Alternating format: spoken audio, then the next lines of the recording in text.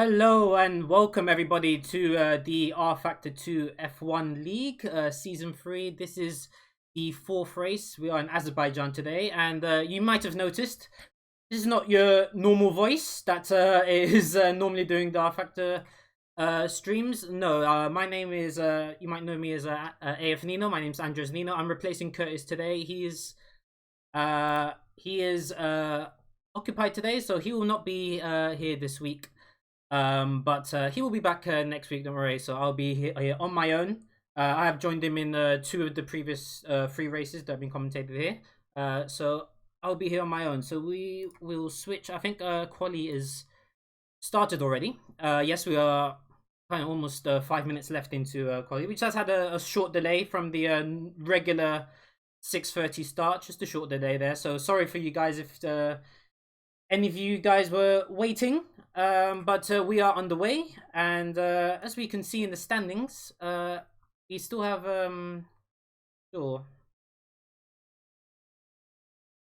people set a time. So we do have current standings right there. So we have Craig Baxter currently had the fastest time with a 1:39.9 around the Baku track. His teammate Scott Davison 9 tenths behind on second. You can have Sam Rowlett here at third. Brandon O'Headland in we have Brandon O'Headland who just set a lap time to go second. How do you say, just above Scott Davison, so he goes second. We have Sam Rowlett in fourth, Max Lister in fifth, Max Shepard in sixth, James Costello seventh, Morgan Soam in eighth, Nick Brackey in ninth, Angel Benegas in 10th, and the rest of the grid there have yet to set a lap time. So, as we can see, obviously, we have some new names that I've not seen yet. Hugo Tempest and Morgan Soam, two new names that we've seen. I think we can spectate one. Hugo Tempest for the Volante Racing Team. So, those are two new names there. And obviously, because we are in the fourth race, we just check the standings as we go into here. Just as the last few minutes of Q1 tick down. So the standings currently stand here from the first three races. Craig Baxter in first place, obviously. He's won 3 out of 3, so he has 75 full points. Pretty standard so far for him. We have his teammate Scott Davison just right behind him in second place. Well, I say just right behind him. He is on 42 points, so a whole 33 points behind his teammate there, Scott Davison. You have Max Lister here. He's been a surprise performer this season. He currently in third with one podium there from Melbourne and the fourth place finish in Barcelona. He currently sits in third on 30 points. Max Shepard is in fourth with 26. Alfie Lawrenson in fifth, 25. Alfie is here. Yes, he is here. So as you can see, we have 16 cars here. So we have a bigger turnout than we've had so far in the previous races. I think Liam Mangan is in sixth. I don't think Liam Mangan will be racing today, unfortunately for him. Sam Carpenter in seventh, but he's only had one finish so far, which was in Spain when he got that podium. He'll be looking forward to a second finish today, because he definitely needs it for his Sabre Racing team. Nick Brackey in 8th, also on 15 points. This race, he will be with the actual Sabre Racing team and not the Sabre Junior team. So he will be teammates with Sam Carpenter for this race. Excuse me. So yeah, that is the standings there. So just we look into the Baku track. So obviously, compared to the previous tracks, obviously Baku is a street circuit. You know, very tough circuit for most of these guys, honestly, because you know, I think the grip levels here compared to the previous tracks are not very straightforward. Obviously, there's not really there's a very much smaller margin of error from in this track. You get a corner wrong, and obviously, because in a street circuit, you end up most of the time in the wall. So you know, just copying the words, the great words of Julian Palmer there. You got to be alert on the street circuit all the time.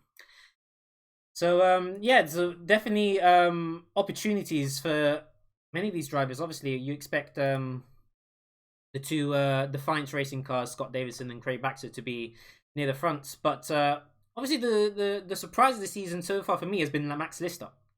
And he currently occupies second. He's currently in the garage, so let's switch away from him. But he currently occupies second, which is a good time for him. Brandon O'Hanlon is in third. As you can see, the gap there. So we switch out because we do have a new overlay. As you can see, the overlay kind of switches from showing you the lap time of the pole sitter and the gaps behind the pole sitter, and the full names of. And also we have the compounds of the tires that they've set their lap times on, which is a good update to the overlay that we have. So for those of you guys watching, if any of you have any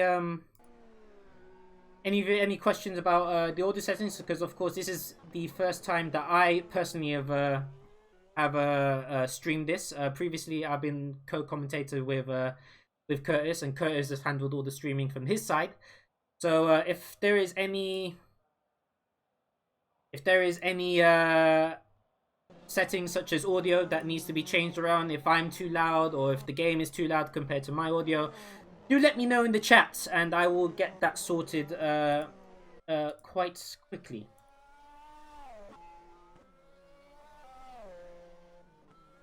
So just as we're finishing off the first quali session, obviously we didn't see the full session because we started a bit late today, just a short delay, but it is the top 10 that will make the second qualifying session, and at the moment it is none of the people below the top 10 are currently out on track. They're all in the garage, so we do seem to have our top 10 pretty much set.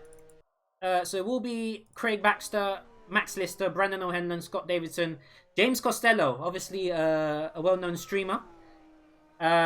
He is currently in chat. Hello, Nino. Hello, Cozy. That was a sweaty lap. I can see that. Fifth is a very impressive lap from you. 1:48. A very impressive lap from Cozy there. Obviously, Sam Rowlett, Max Shepard, Nick Brackey, Adriel Benegas, and Morgan Soam round off the top 10 that will contest. The top 10 places in the second qualifying session. We will move forward with that very soon. So we will have the 11th to 16th places that have been set, which is Ton Hooper, Jurika Slovinac. I really hope that I got that name right. I apologize if I've mispronounced that. Is in 12th. Hugo Tempest in 13th. Then Laumann in 14th. Alfie Lawrenson and Sam Carpenter. And I don't think Sam Laumann, Alfie Lawrenson, or Sam Carpenter set a time there. Neither did Hugo Tempest. So those were 4 drivers that did not set a lap time there. Going in, so they will start all the back the race.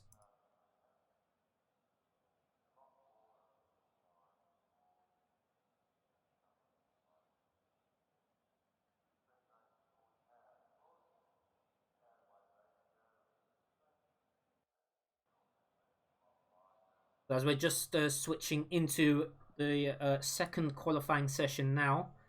And first out on track, that is a Defiance car. That is Craig Baxter. First out on track. He'll be wanting to set his lap time very early. Obviously, 3 wins out of 3. You'd be wasting your money if you'd bet against Craig Baxter pole position here today. But obviously, Baku being a track that notoriously can, catch out many of the experienced drivers. Many corners that can, you set a wrong gear and you're back to front, or you might just end up on the wall there. So even for the most experienced drivers, even for the most talented drivers out there, like Craig Baxter, like Sam Davison, it's still got to be a level of caution that they have to take in order to get that perfect lap time, to get that all-important pole position. Pole position maybe not as crucial as here as, you know, maybe other street circuits such as Monaco or Singapore, but you know, you don't want to be starting further back if your objective is to win the race or get on the podium position. So pole position is still the bonus towards that goal.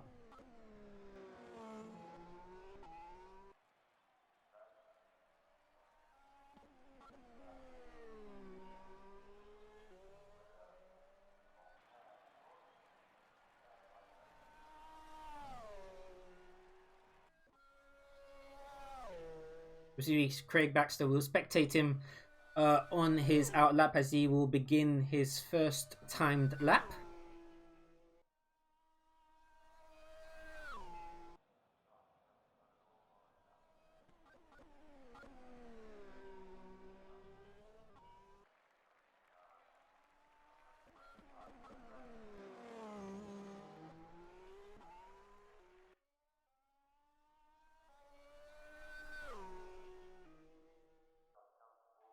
You know what, let's go on board with Craig Baxter. Let's see how he takes these corners all the time. Very close there to the wall there. Craig Baxter has got there, so he is definitely pushing the limits of his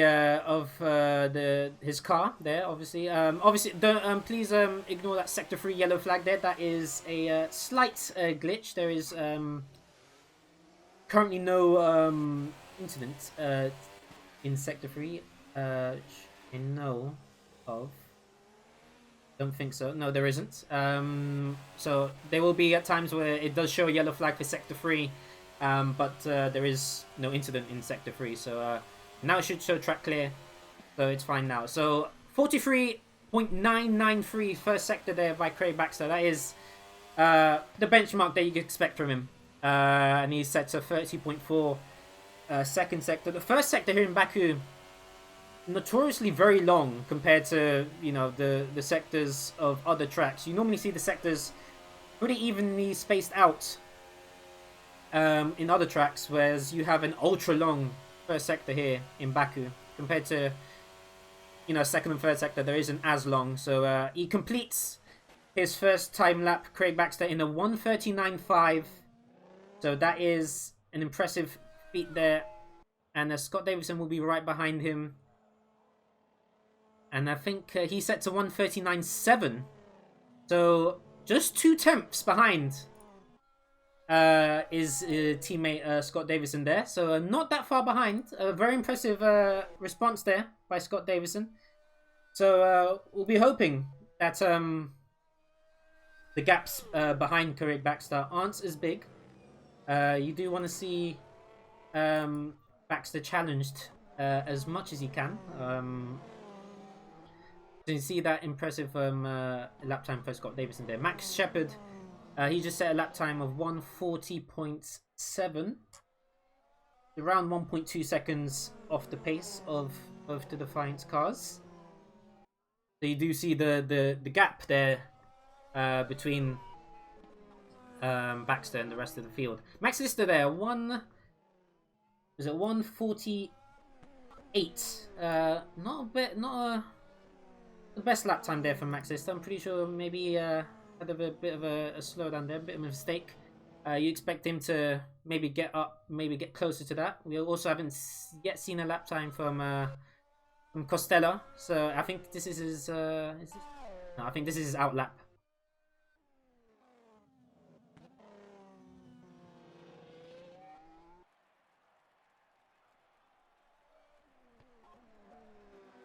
So Cozy there, obviously, fellow commentator through AOR.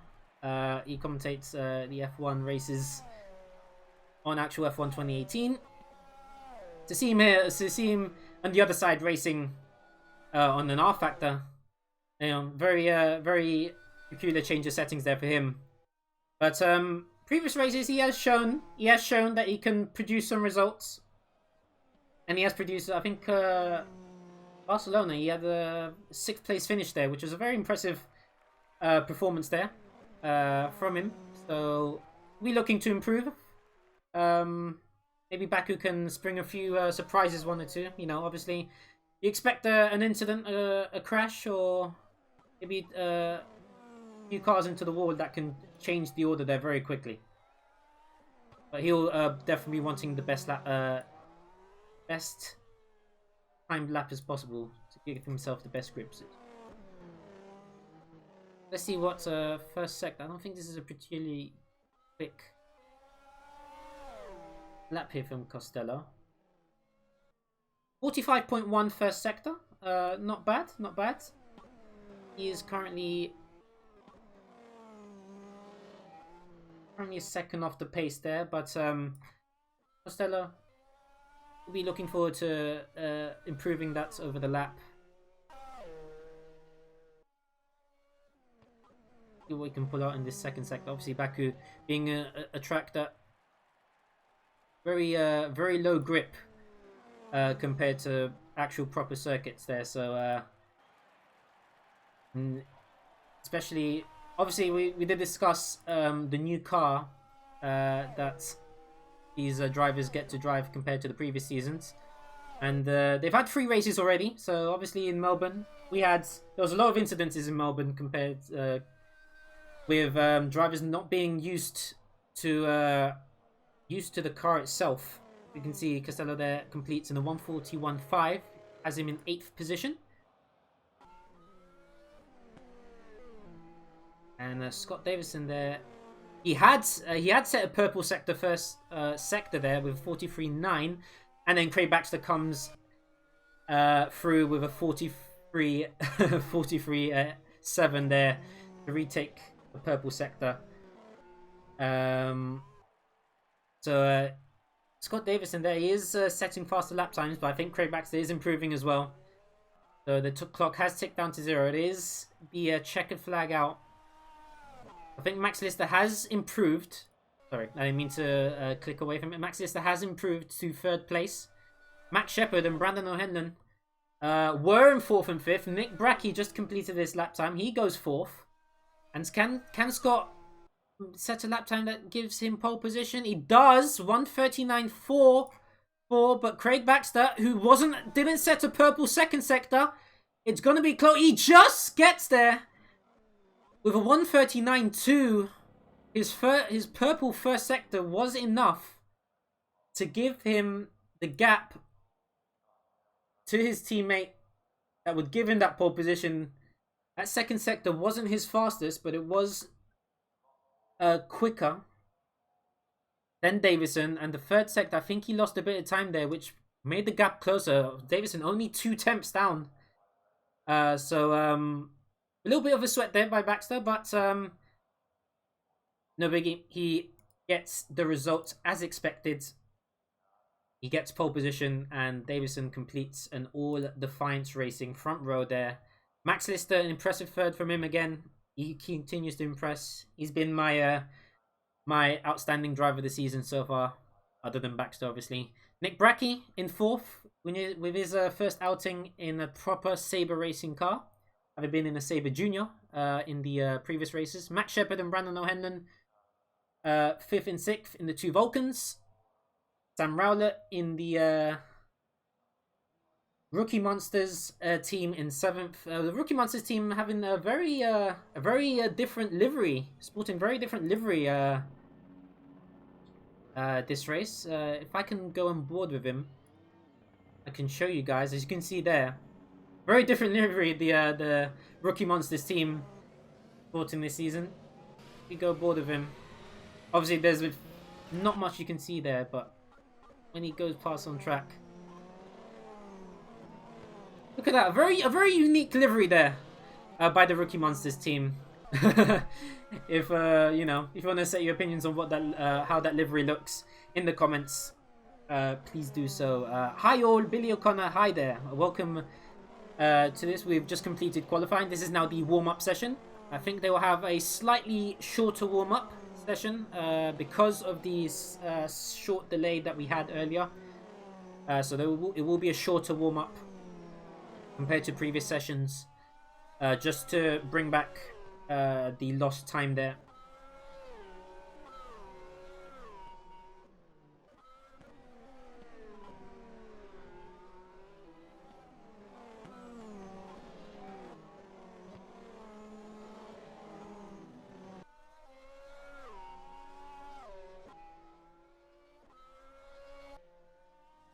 on board with Craig Baxter there. Obviously, the castle section there, he's passed. That's definitely a section that can catch many a driver out. If they're pushing too hard, if they've probably made a mistake earlier in the earlier corners, they want to push hard to recover that lap. They've got to get it right. They can't push too hard, otherwise you end up there in that section. That can definitely block the whole track and cause a kind of a blockade there for other drivers. The last thing you want. Last thing you want. The more action, the better, I say.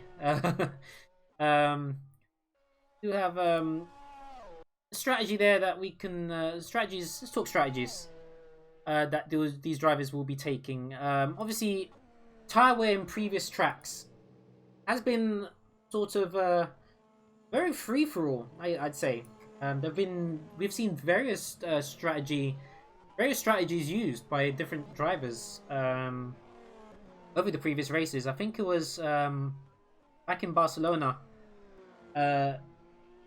Sam Carpenter, Scott Davison, and Craig Baxter, who ultimately occupied the first 3 places, going different ways in their tyre strategies. That ultimately, I think Sam Carpenter had worse tyre wear than he would have expected, and compared to the other 2 drivers that I think had to switch him to a 3-stopper, whereas Craig Baxter could complete with a 2-stop, and I think Scott Davison also could complete in a 2-stop, which got them that 1-2 for Defiance back in Barcelona. We've seen drivers like Max Lister manage to do 1-stopper races in, I think it was in Melbourne, he did a 1-stopper, and in Barcelona, I think he tried to stretch a 1-stop and ran out of rubber there in the end, so he had to make a 2nd stop there. But we've seen various amount of drivers have differing results. With their strategy changes. You know, if they find that their tire changes over time, if they feel like the tires are holding up for them, they can definitely switch maybe a 2-stop to a 1-stop, or 3-stop to 2-stop. So that is, you know, and that's definitely something that many drivers will be thinking over the race distance. Well done, Max. That is David. I'm pretty sure that is Max Lister's dad in the chat. I think he did mention that his dad does watch the streams when he races. When we interviewed him post-race in one of the races. So, and once again, he is watching from the chat. So, hello there. And hopefully, best of luck there to Max. They can have another great performance, because personally, I think he's been the best performer in the 3 races.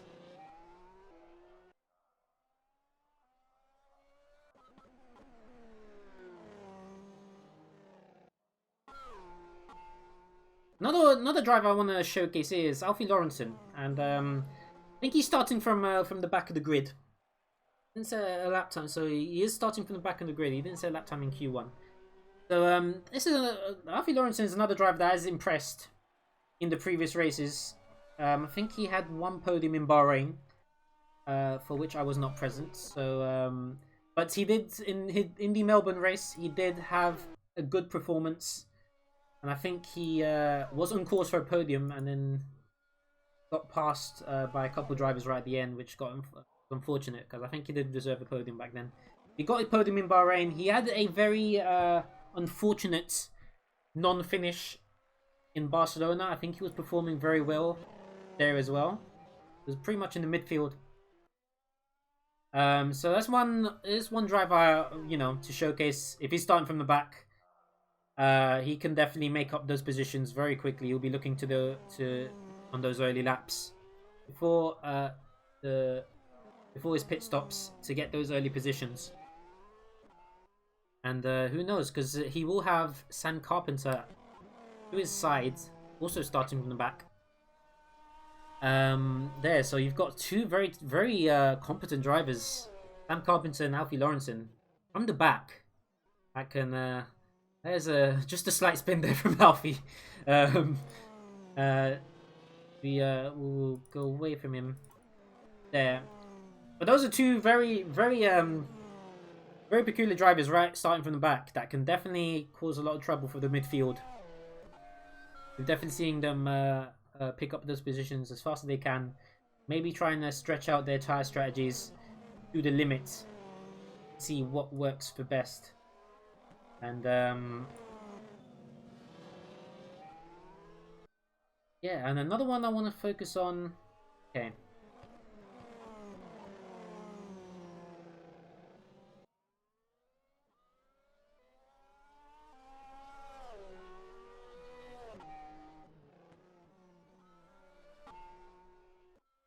Let's switch over to Brandon O'Hanlon. That's another driver I want to focus on because he's had some very very tough races, but he's had some very races that has really showcased you know, his potential. He's a very fast driver.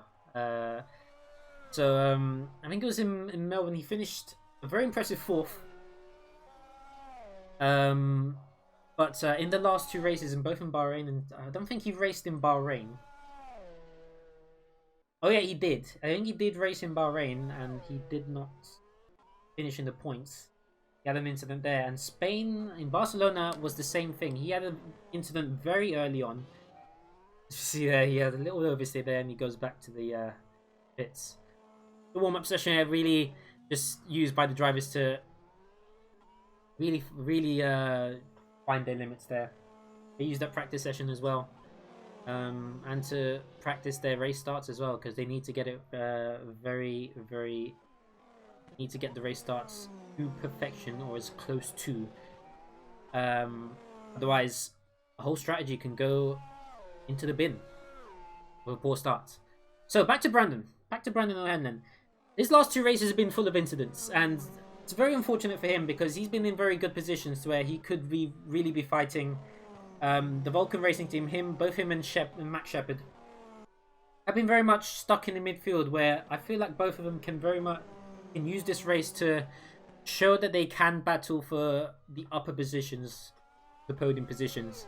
I think Brandon has shown the speed capable of achieving that, and has caught himself up in incidents. Not all of them of his fault, but he has been caught up in incidents with other drivers that have cost him points. And you very much want him to stay out of trouble, because if Brandon O'Hanlon can stay out of trouble and focus on his own race, then I don't think there's a lot stopping him. He can very much get into that fights with both Defiance cars. I think Max Lister, and with obviously a great opportunity with Sam Carpenter starting from the back, Alfie Lawrenson starting from the back, Nick Brackey, who is ahead of them, the other Sabre Racing car, which we will switch to. Nick Brackey's also had a he's also only had 1 point finish when he was racing with the Sabre Junior car.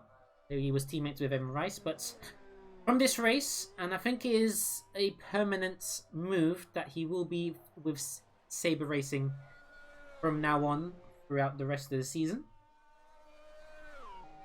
But I think it was in Australia that was his only points finish, where he finished 3rd place. So he had a podium there. So he's definitely one that could definitely shake up the podium positions if he stays out of trouble. So obviously I've spoken about being the midfield being, you know, the as we finish warm up here, the midfield being the positions that have given us the most racing in the past races, and that's been very true. But I very much want to see the battle for those for the lead and for the podium positions. I want to see that can definitely get very interesting, because in past few races, okay, we've had Craig Baxter and Scott Davison really occupying first 2 positions or both podium positions. You expect them to be up there as well. And they've shown in quality they are the two fastest cars. But who knows? Baku's a track that can bring about all sorts of surprises. You've got some very tough races there, obviously with two of them starting from the back of the grid. Sam Carpenter and Alfie Lawrenson. I've said this several times. You've got drivers like Brandon O'Hanlon, like Nick Bracke, like Max Lister, like Max Shepard. Opportunity there maybe to get into those podium positions and have a great result. As we finish up warm-up, I think everybody's finished. That is Scott Davison, the last driver on track, coming into the pits. That will be warm-up finished. So next time we will switch up, it will be the grid. We will be on the grid, and it will be the formation lap starting. So everybody in chat, not had any feedback on my audio settings, so I presume everybody is fine. Everything is fine. If you do think I am too quiet, or if the game audio is too quiet, then please do let me know. I can fix that very quickly.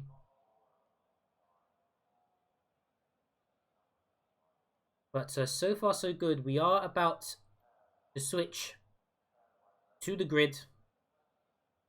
And once the formation lap gets on the way, we will see the compound of tyres that each driver will start on. And we will go through the running order. That will start us round 4 of the rFactor F1 League. We're just about to get it going. Oop.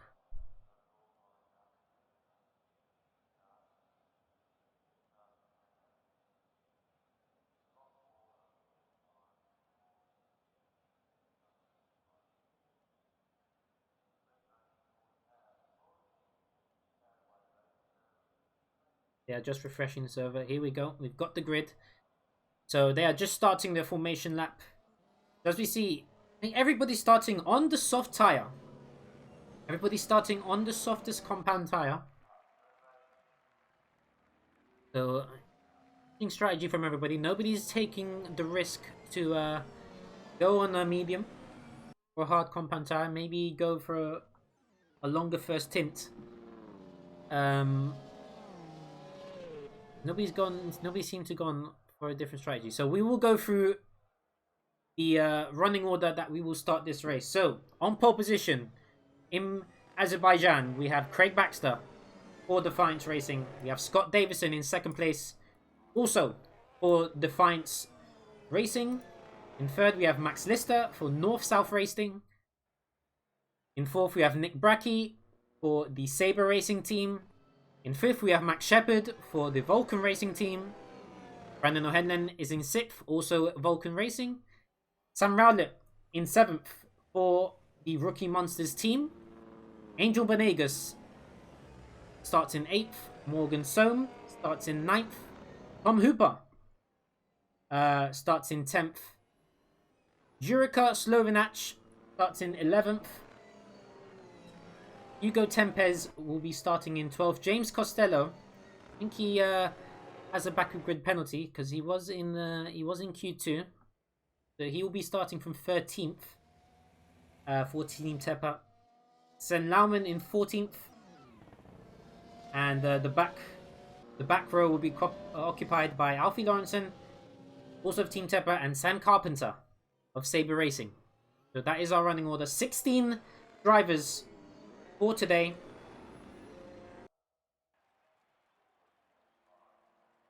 Craig Baxter will lead them around.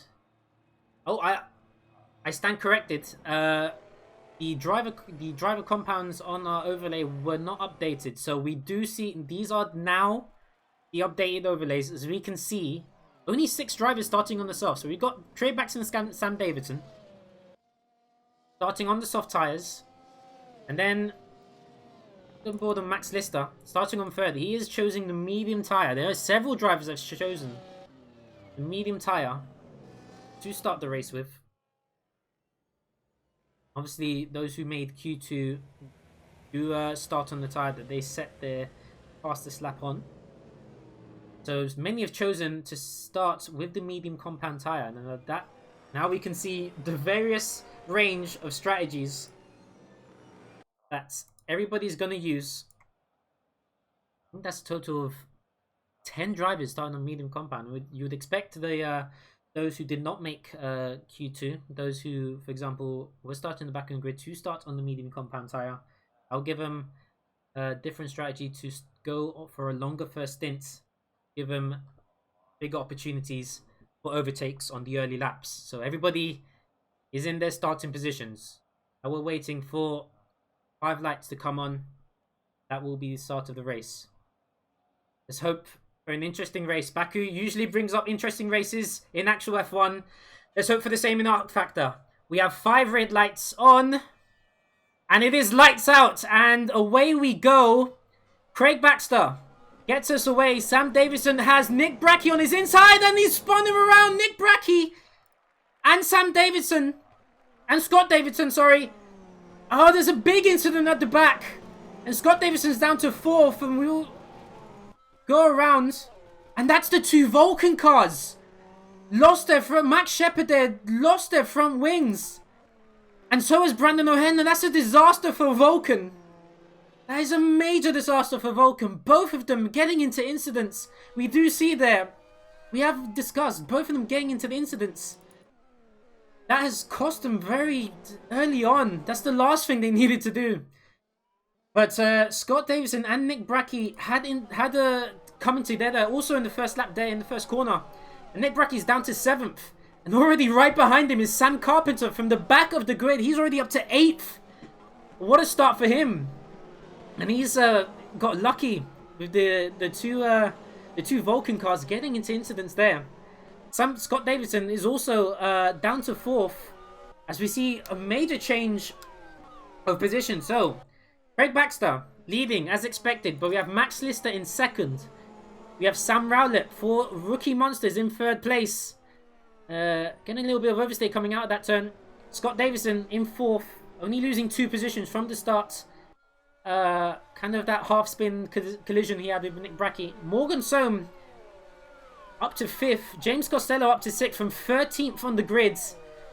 He is caught up in many positions. Nick Bracke is under pressure from his Sabre Racing teammates. Will go on board with Sam Carpenter as he's right on the back. And Nick Bracke also, they're surrounding James Costello, both the Sabre Racing cars.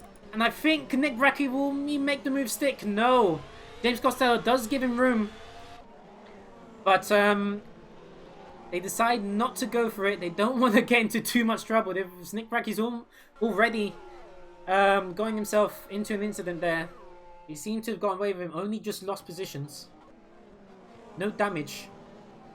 But we do have several drivers already in the pits. And that is... Who is that? That's Morgan Sohm. That's Morgan Sohm also gone back to front. He's lost his front wing. Again. Not sure what happened there. But let's... I think that was did he spin on his own? It was very much a spin on his own. That was unfortunate for him. But he has to complete that lap without a front wing. So he'll be losing several positions there. He had such a great start. It's unfortunate for him. But you see there, Scott Davidson has retaken 2nd place. Something has happened to Max Lister and Sam Rowlett. They've both been overtaken by the Defiance Racing car. Go back to see what happened.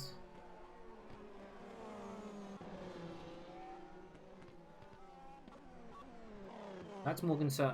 Morgan Sohm going straight on there. So let's go back to live. So as we complete the 2nd lap, Craig Baxter still in the lead. Scott Davidson in 2nd. Scott Davidson regaining the 2nd position. He lost in the 1st corner. And it is Max Lister and Sam Rowlett. Sam Rowlett right on the back of Max Lister. That could be a very interesting battle developing from them.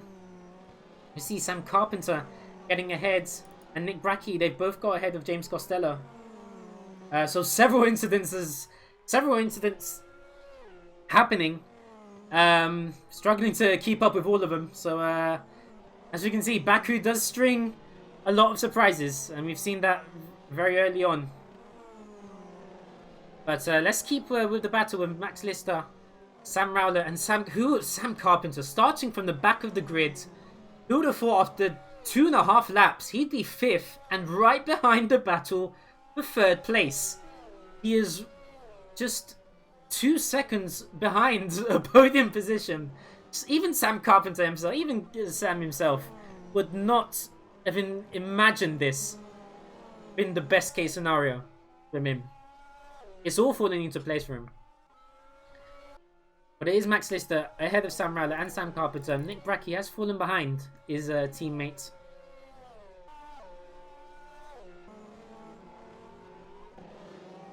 We do see several drivers at the back here. We have a little, I think that's Hugo Tempes. Oh, he's already a lap down. So he's definitely had an incident there from the start.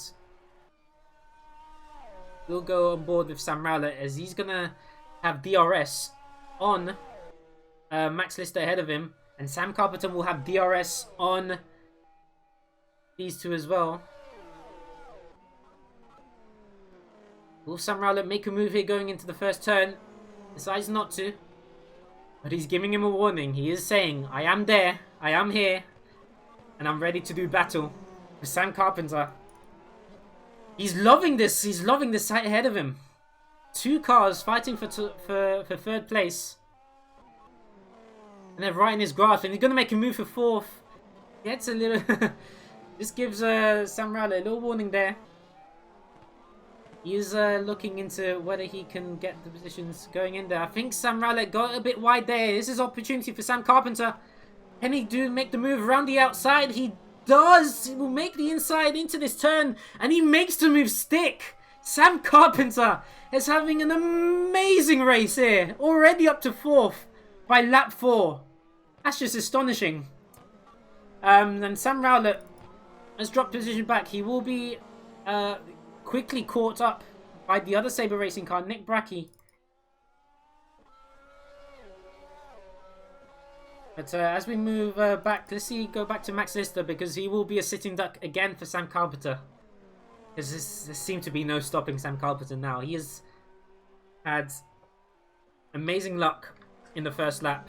Obviously avoiding all those incidents concerning both Bracchi and Scott Davison, and obviously the 2 Vulcan cars. You would have seen all that ahead of him already. You can see 3rd place, royal within his sights.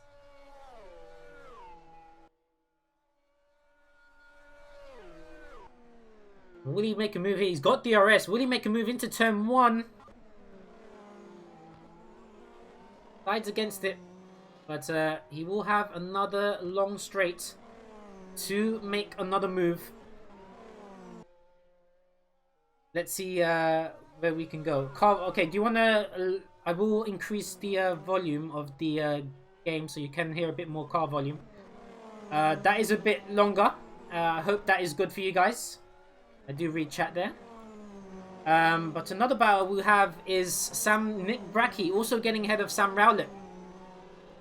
So Nick Bracchi there getting ahead of Sam Rowlett. So this is a replay of Nick Bracchi getting ahead of Sam Rowlett there.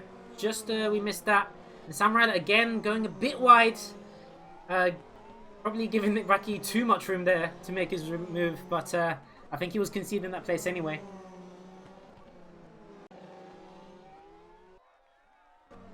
Oh, and that is all. And that is Sven Laumann. No, sorry, that is... Who is this? That's one of the rookie monsters. Yes, that is Sven Laumann. Getting into an incident with... who was that? That was... Oh, no, he spun on his own. And... that was, North... That was... He spun in his own. I think that was Max Lister running into him. So, again, the Baku track really not coming to play for many of these drivers. And we've gone back to live, and that is Sam Carpenter getting the move on Max Lister for that position. We will show you the replay of that. Sam Carpenter, even before he has DRS, Sam Carpenter is making the move on Max Lister for the position. He kind of had that, and behind, you had a battle there between Nick Bracchi and Sam Rowlett, and I think Sam Rowlett there made the move on Nick Bracchi. This is a replay of Sam Rowlett's move on Nick Bracchi. Once again, positions changing all the time, and I'm trying to give you all of them, all that I can. So as we go back to live, Craig Baxter still holding the lead. He has a lead of around 3 seconds over Scott Davison, around 2.5 seconds. They're both about 3 seconds ahead of Sam Carpenter. So it is not much of a gap. That oh, and we've had an incident. Sam Rowlett. What's happened there? Oh my. Okay, so this is a replay there. Sam Rowlett and Nick Bracchi, we've been battling all this time. He's just crashed out. We've already seen one of the we've already seen the other Rookie Monsters team have an incident on his own, and he's done the same thing. And Nick Bracchi as well has spun. So I don't know if Nick Bracchi, I think Nick Bracchi's gotten away with it, but Sam Rowlett, an unforced error. He spun in his own, and he's the second Rookie Monsters driver to just spin on his own. But this time it's a bigger spin, and he's out of the race. That's an unfortunate mistake there from Sam Rowlett. He was performing so well, but he will be scoring 0 points there. He joins Hugo Tempes, who is also out of the race.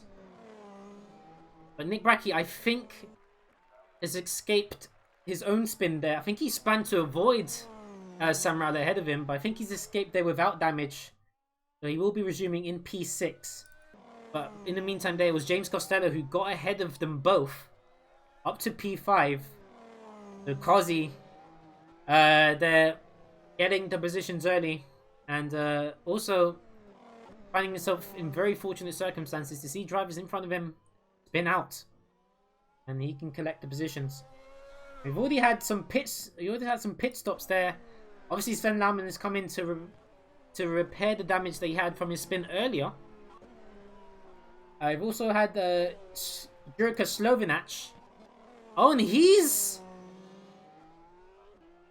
has stopped, and his engine is blown, and he just stopped on track. And I'm pretty sure we're gonna see a DNF, because that is him. This is a replay. That's a replay of him, just his engine blowing. Wow. It's the first time in a while that we've seen that happen. Obviously, rFactor is a game. You can't do many mistakes in terms of gear shifting and all that, because if you do make a mistake in your gear shifts, it can blow the engine.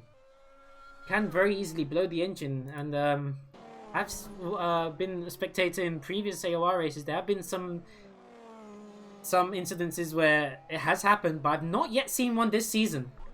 That's the first time that we've seen a proper engine blowout from Jurka Slovinac. Unfortunate for him. And we will see Nick Bracchi coming into the pits. This will be his first pit stop. And seems to be a fast pit stop, so I don't think he had any damage from that spin he had earlier. But I think he will come out ahead. Will he lose any positions, or will he retain 6th place? You do have Alfie Lawrenson going ahead of him, I think. He does just come out behind Alfie Lawrenson. So Nick Bracchi out in 7th behind Alfie Lawrenson. And Alfie Lawrenson, I think, has he made his own pit stop? I think he has. He has made a pit stop already, so this is for position. Alfie Lawrenson he's also had started from the back of the grid, so this is very much a great position for Lawrenson to be in.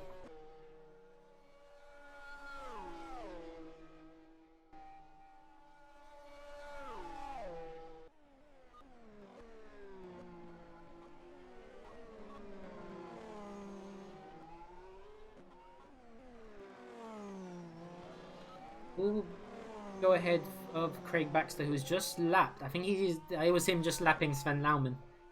They're already lapping cars ahead of him.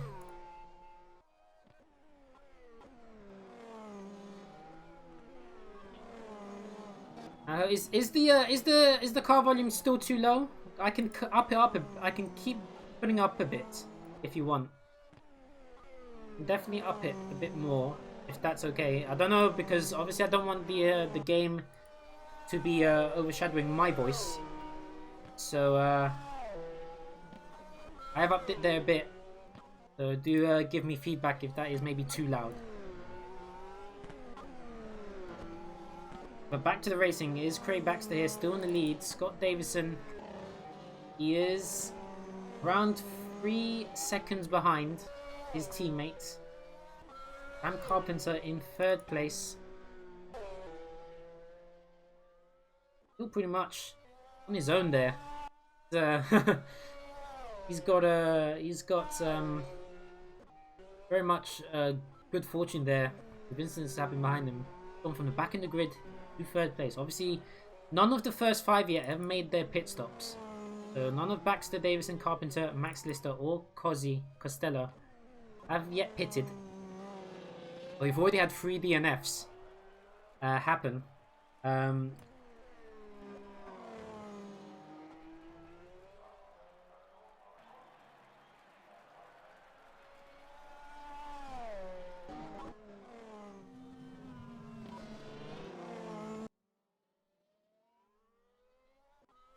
think the closest battle here is between Nick Brackey and Alfie Lawrenson. Obviously, we have the 2 Vulcan cars who, as we saw, got caught up in that incident very early on. Back up to 8th and 9th. They both made their pit stops to repair the damage that they've had, and they're back on the way. But yes, again, how many points have they lost so far from getting into crashes and into poor incidents?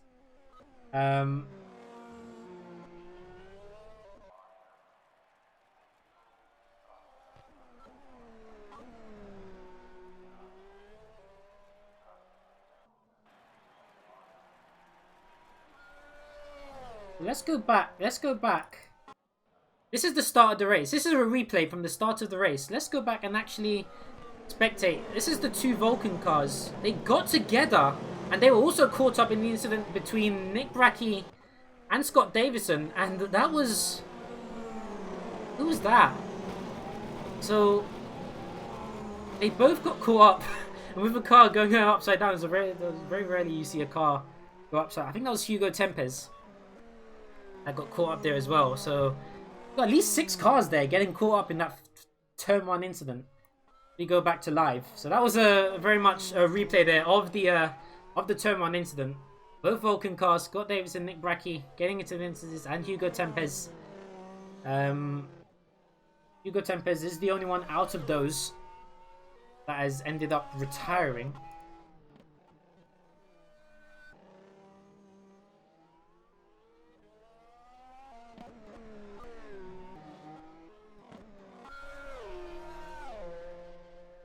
Let's see, Craig Baxter is just lapping cars. Because these cars aren't going on a long stint. Craig Baxter and Scott Davison, remember, are on the soft tires. So they have pitted. They have decided to go 10 laps on these soft tires. They seem to be very comfortable with their tire wear. Sam Carpenter started on the mediums, and so is Lister and Costello. So you expect them to go longer. I've seen both Alfie Lawrenson and Nick Brackey going on the hard tires for the 2nd stint. They're right next to each other, so very much you could probably expect a battle between those 2. It is for position. Very, very soon.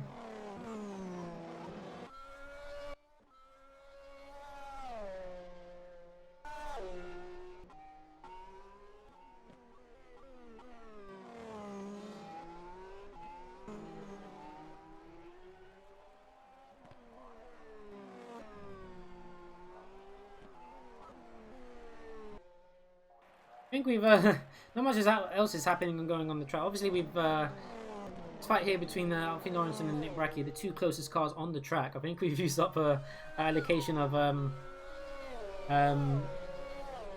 Vince is there between the in the first couple of laps.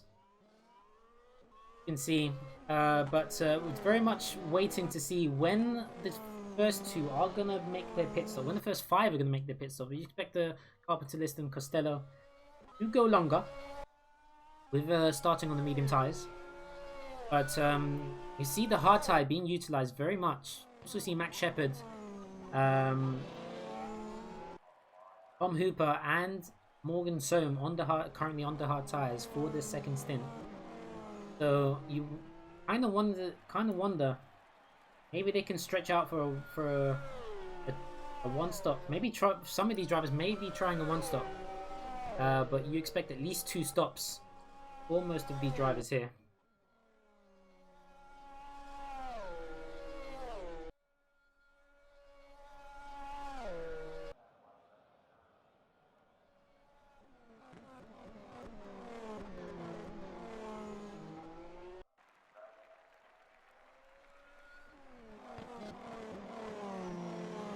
We'll go back to Sam Carpenter, who is currently in 3rd, following him around.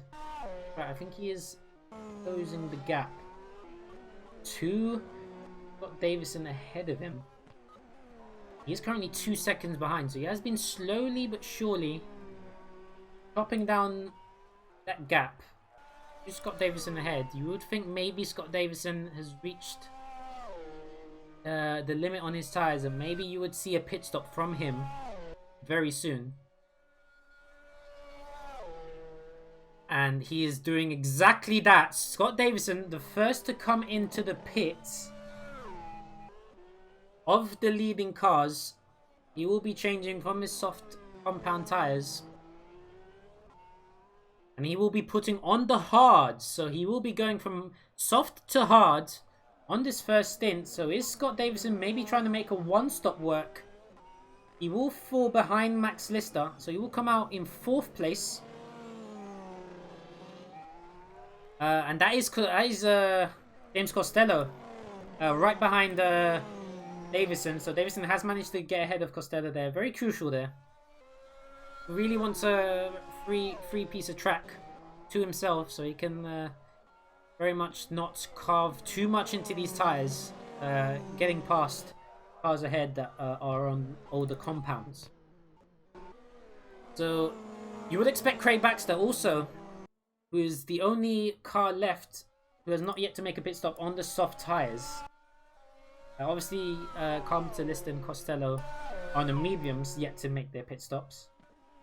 So you would expect to see Craig Baxter maybe starting to think,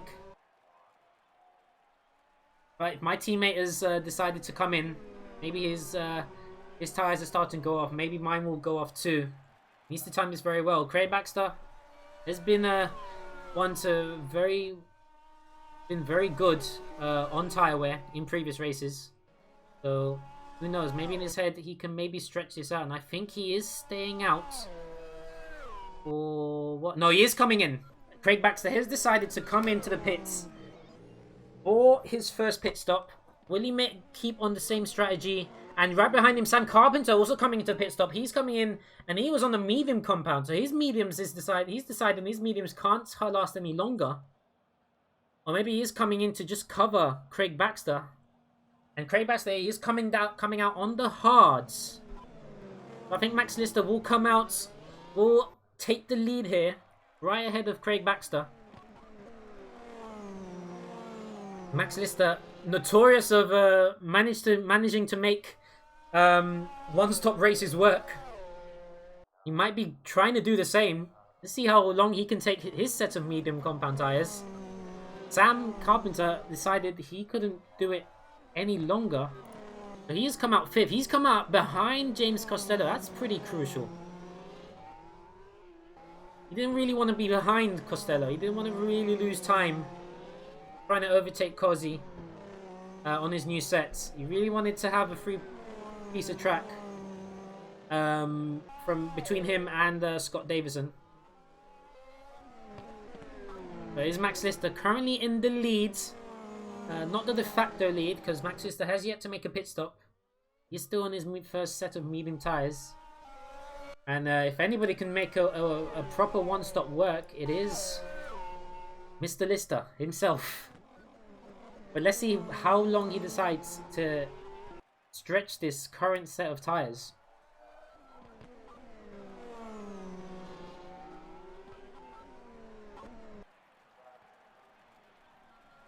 You venture to think if Sam Carpenter has decided to pit the lap before on those mediums, Mr. must be thinking, I don't want to lose any more time compared to him.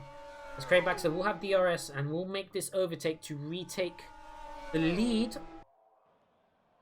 Very much easy as can be for Craig Baxter. And I think Sam Carpenter has got ahead of Costello. He needed to make that move as early as possible. He didn't want to lose any time behind Costello, who has yet to make a pit stop himself. So Sam Carpenter will be starting to chase down Scott Davison, but Scott Davison, I think, just set the fastest lap of the race.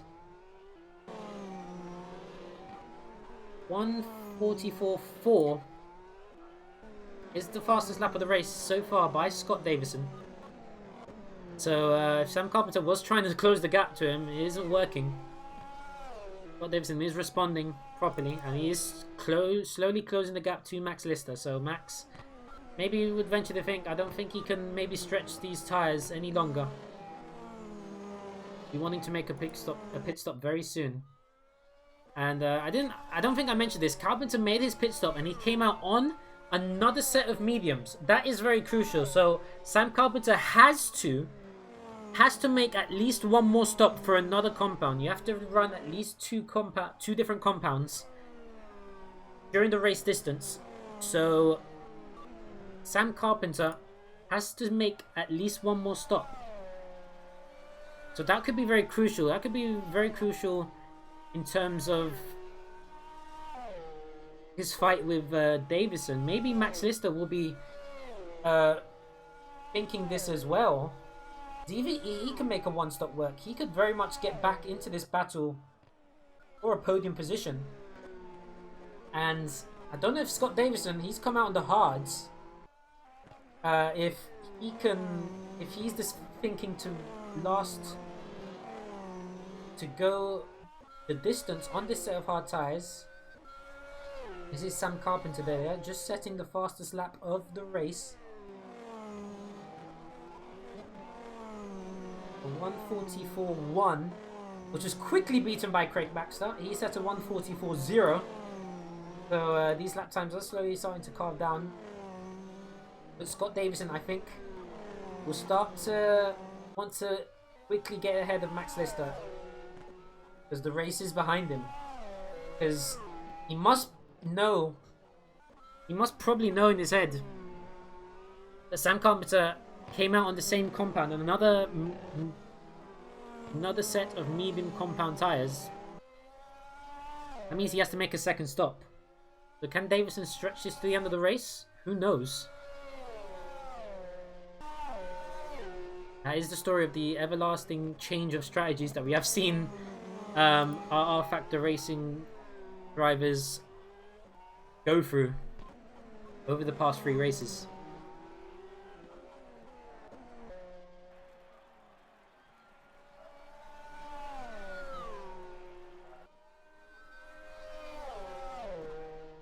I don't think Scott Davison, will he get DRS on this? I think he will. On Max Lister. Max Lister deciding yet again that this isn't the time to make a change of tyres, but Scott Davison will make the overtake for second place. So Max Lister going back on third, but he's confident in it. If anybody is confident on his own tyre wear, it is Max Lister. Max Lister has told us that he seems to have got the tyre degradation, set in his head that he can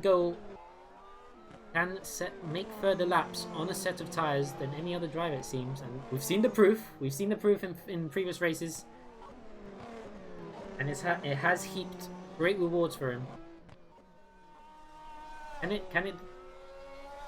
he achieve something very great here as well? This race. Switch back. I think we were very peculiar on the battle between Alfie Lawrenson and Nick Bracchi. There's not seemed to be a change in the gap. Alfie Lawrenson holding Nick Bracchi very well behind him. So, Nick in 7th is the position they will keep. Max Shepard in 8th. His teammate Brandon Hennon further back in 9th.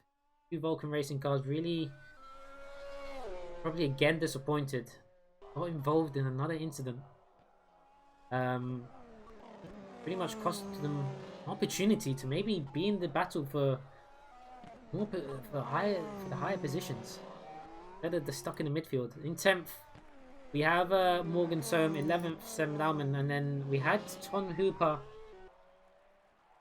DNF. So this is Tom Hooper DNFing. And again, this is another driver losing it on his own. Baku track is notorious for doing that. We've seen that several times. That was a replay of Tom Hooper's DNF. He can maybe find Angel Benegas, who also DNF'd. What was is again? This is again. He spun out, and I think he stalled the engine. He spun out, and I think he stalled. I think he decided he couldn't go on anymore. But that was unfortunate for him. We go back. That was James Costello. He's just made his pit stop. So James Costello, he makes his pit stop on lap 18. And he comes out behind Alfie Lawrenson and Nick Bracchi. On the hard tyres, you'd maybe think that Costello will not stop again. Lawrenson and Bracchi are on tyres that are, I think, around 7 laps older. So you will maybe see these three getting very close to each other right at the end of the race. When their tyres decide to... the tyres slowly reach the cliff. I think Costello will have maybe that extra grip, considering he pitted around 6 or 7 laps later. So the only driver currently racing that is yet to make a pit stop is Max Lister. He's just been overtaken by Sam Carpenter. And Sam Carpenter making the move for 3rd place. So Max Lister, he's still deciding. You can race all you like. You can pass me all you like. I don't mind. I'm doing my own race. I have one goal in mind. I know when I'm gonna stop. And even though he's losing these positions, he still thinks in his mind that his tires can go even further. And of course, Sam Carpenter, who just passed him, has to make another stop, because he has to make another stop for another set of compounds, because he started on mediums and he decided to come out on another set of mediums. So he has to make at least one more stop. Max Lister, you would think, will stretch this to a 1 stop. I don't know about Craig Baxter and Scott Davison ahead of them. I think they might be able to.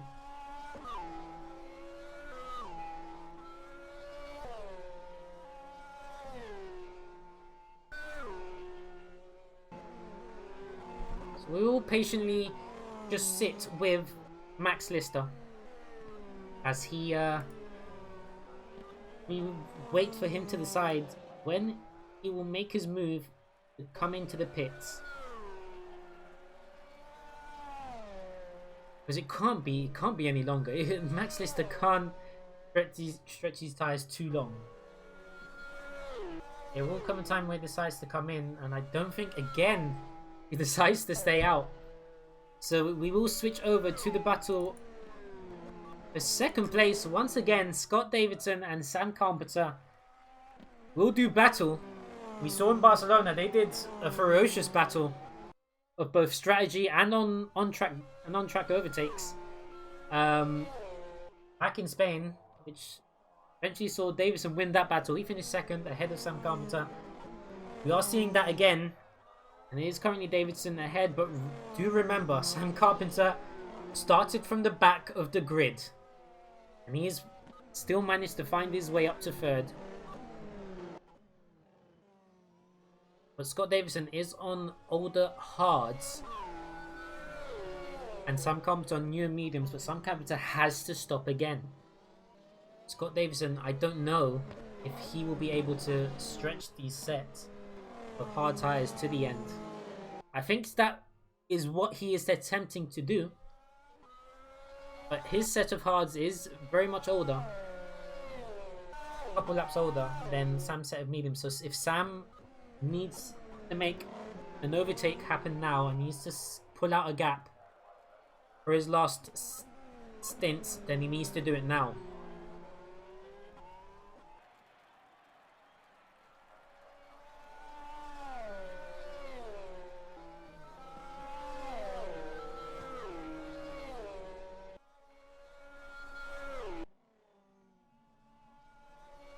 We will depart this battle here. We will go to the race. We will go. Remember, Alfie Lawrence and Nick Brackey and James Costello. That battle for 5th, 6th, and 7th.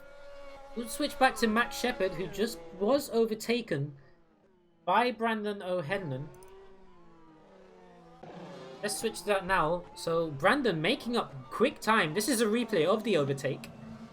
Max Shepard is currently ahead. Brandon does make the move right here. I think that might be a little bit of team orders in play. I think Brandon has come into Max Shepard's ear saying, "I'm faster, let me past." But the gap from them to the cars ahead it's very, very long, so I don't know what benefit that can do. I don't think they just want to slow each other down, to be honest. We go back to this battle for second place. Scott Davison and Sam Carpenter. And as you can see, the gap is closing. Sam Carpenter has to be thinking in his mind. He has to get past. He has to get past now. Because when he makes his second pit stop, I would presume might do for a set of soft tyres. He needs to do so. He needs to close the gap as much as he can. Because I think Scott Davison is very much kind of forced into stretching these tyres to the end of the race. Sam Carpenter will have DRS.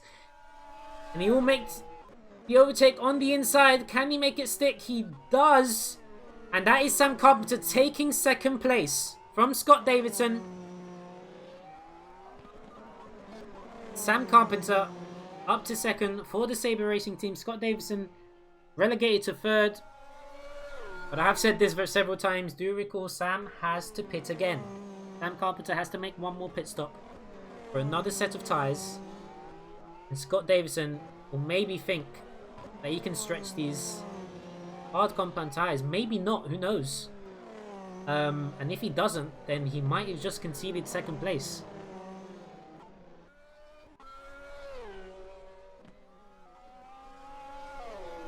But let's go back.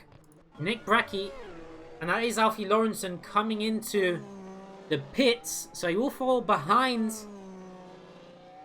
Nick and James Costello. So this is his second pit stop. He was on a hard compound tyre. So those hard compound tyres didn't really last very long. So So let's pull this up. Alfie Lawrenson has... Okay, so he pitted on lap 12. No, he pitted on...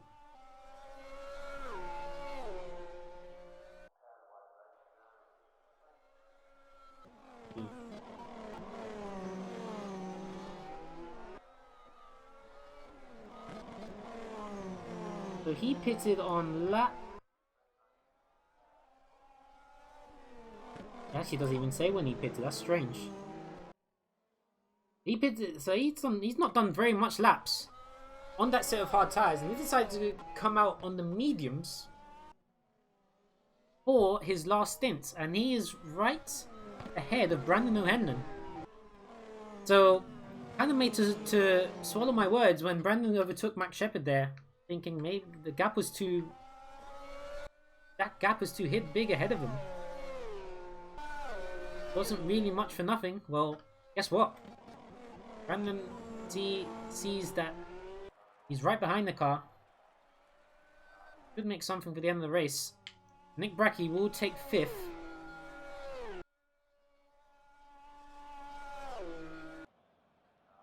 But he's got James Costello right behind him. So there's a battle you want to see a bit more of.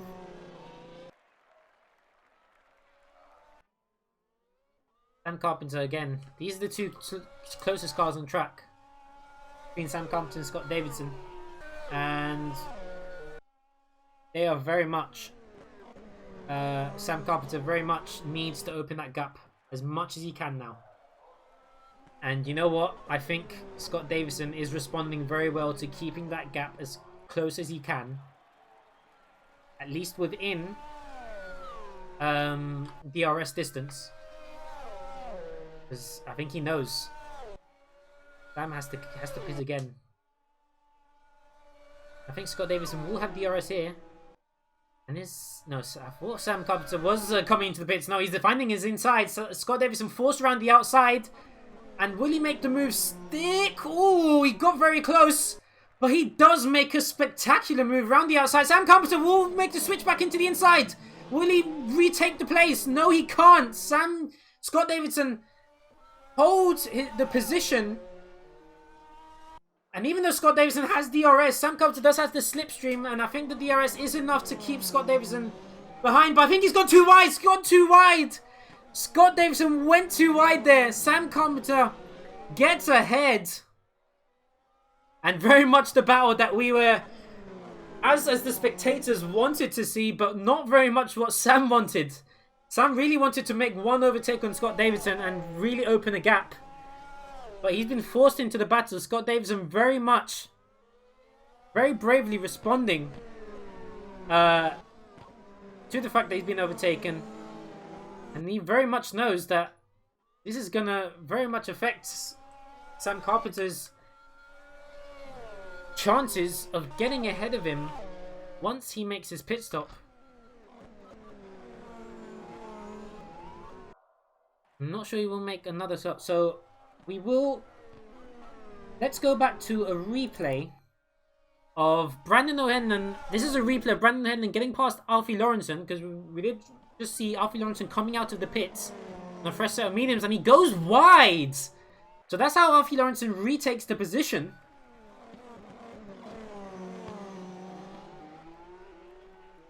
So that's how, and he had DRS again, so I don't know if he made another move. We will stay on this replay just a bit longer. I think he looks to the inside, but he can't make the move stick.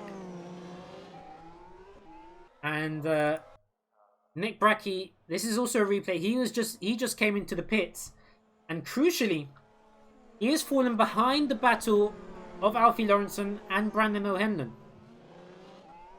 So as we go back to live, this is Nick Bracke. We are spectating. He's currently in 8th.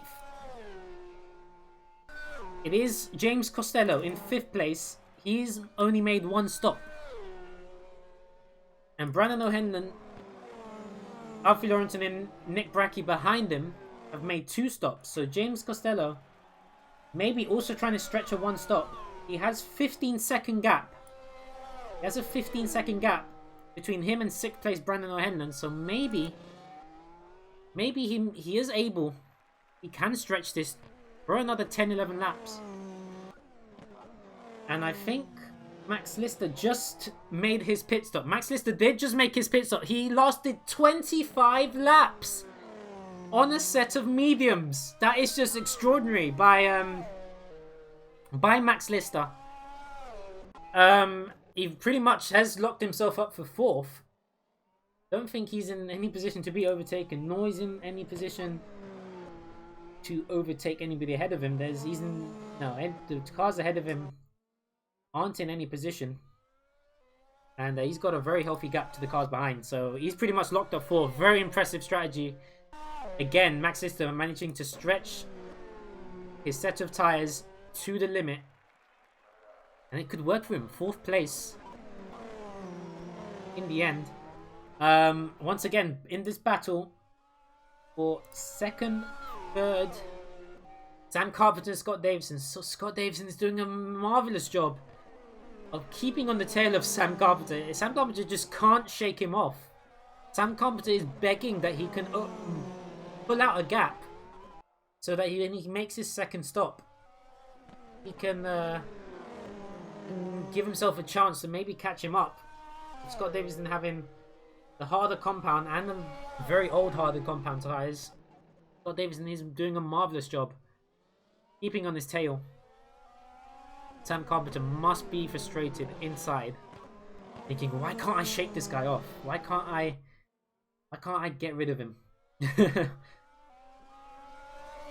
We'll be wondering when Sam Carpenter will decide to throw in the towel and just make his 2nd pit stop right then and there. Doesn't want to do it too late, because he does it too late, maybe yes, Scott Davison will fall off the cliff, but won't give him enough laps to maybe close the gap up. I wouldn't be surprised if maybe between a lap or two, Sam Carpenter will be wanting to make the pit stop. And I think he's coming in to make the pit stop now. Yes, he is. We just make this conversation now, and Sam Carpenter decides enough is enough. He's gonna make the pit stop now. I think that is that's Sven Laumann right behind him, also making no, that's Morgan Sohm also coming into the pits, who is in 10th. He's in the last points position, but Sam Carpenter making the pit stop for 3rd, and he's come out on a set of soft tyres. So the gap currently between him and Scott Davison is around 19 to 20 seconds. So Scott Davison done a marvelous job of keeping right on Sam Carpenter's tail. Sam Carpenter unable to pull out any sort of significant gap to make his 2nd pit stop. If Sam Carpenter's going to want to chase him down for 2nd place, he's going to have to do it through raw speed. And just hoping and praying that maybe Davison, in the next few laps, does hit the cliff on his old set of hard tyres.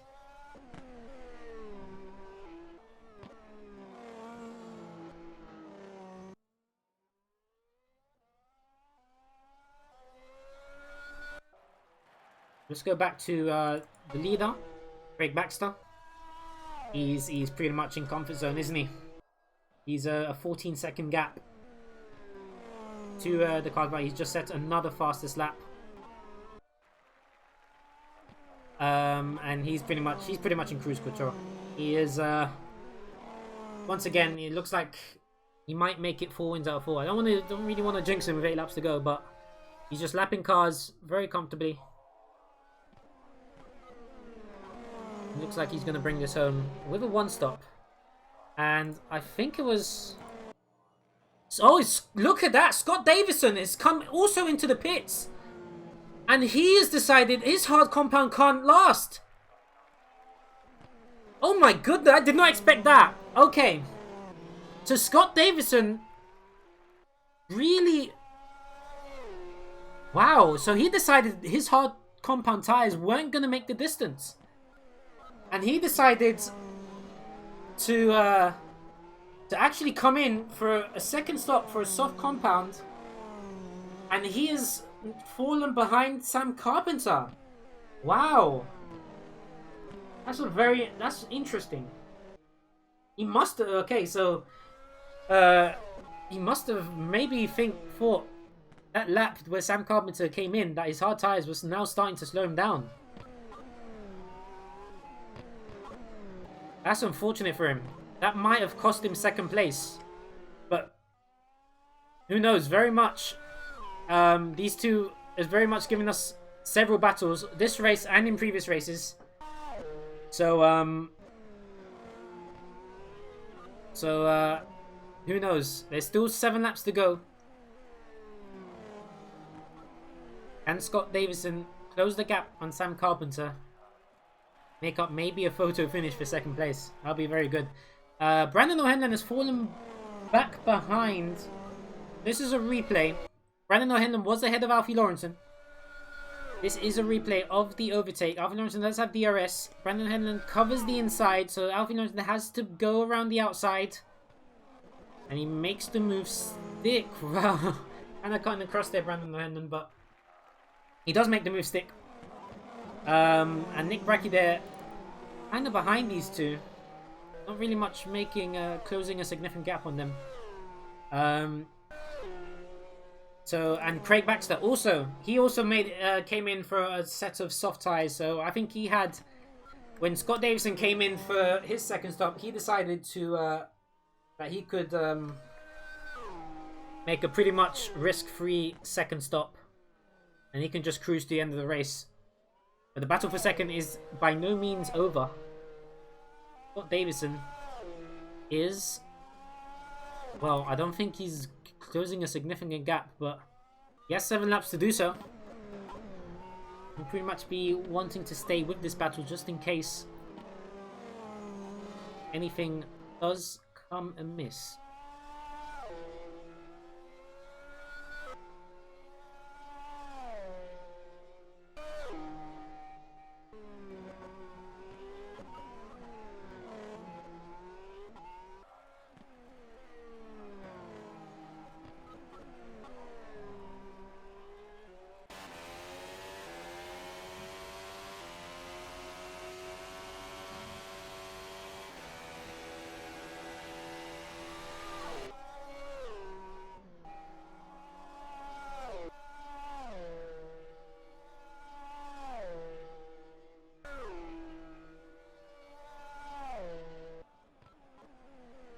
Even though Sam Carpenter is setting fastest laps of the race, that can't be good news for Scott Davison. Scott Davison really much wanted to try and reel him in, but doesn't look like he has can. And pretty much thought Scott Davison was gonna try and stretch his hard tires to the end of the race. Don't think he could. It would have been like 26 laps. He would have tried to take those hard tires on. Maybe he had reached the cliff on those. Unfortunately, he couldn't make it. Couldn't do that.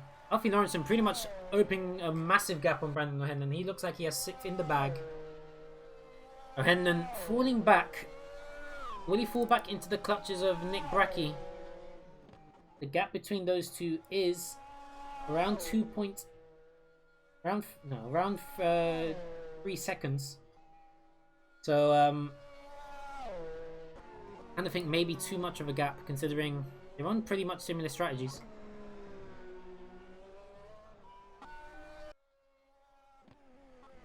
Back to Sam Carpenter in 2nd place. Pretty much won a. And kind of Scott Davison he looks a little nervous right behind there. Kind of in his head, he must be thinking, "How have I got this wrong? Did I come in too early? All the hard tires early on in the race. I couldn't stretch them out to the end of the race." Craig Baxter making another fastest lap, 1:41.4. I think maybe Sam Carpenter will set a faster lap. Who knows? Crosses the line. Doesn't. It's Scott Davison who sets the fastest lap with 1:41.1 flat. And maybe this is the chance for Scott Davison to slowly close that gap. This is Sam Carpenter. This is the battle we very much want to stay with.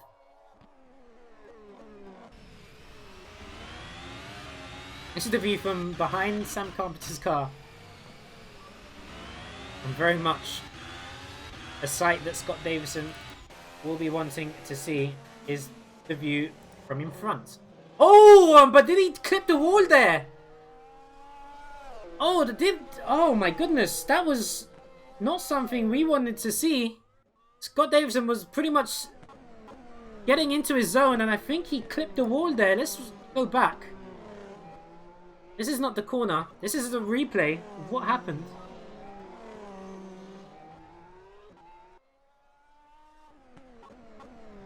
And this corner there, did he turn in too much? Was that clipping the wall or was that just a smidgen of oversteer? I'm not sure. But that kind of helped. That kind of helped him in his quest. He still has Sam Carpenter in his sights, so I don't think he's had any damage from that. He's lost a bit of time, not too much.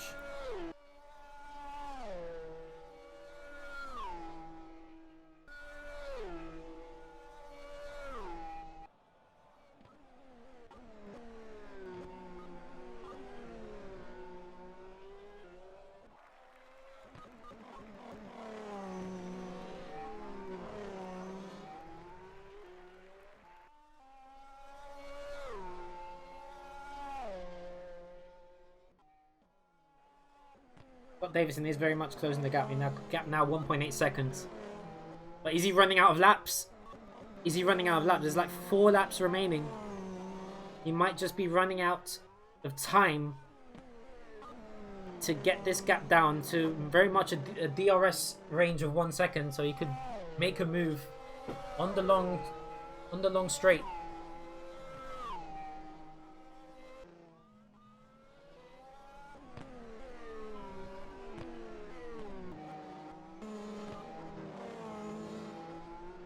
We'll go on board with back on board with Scott Davison.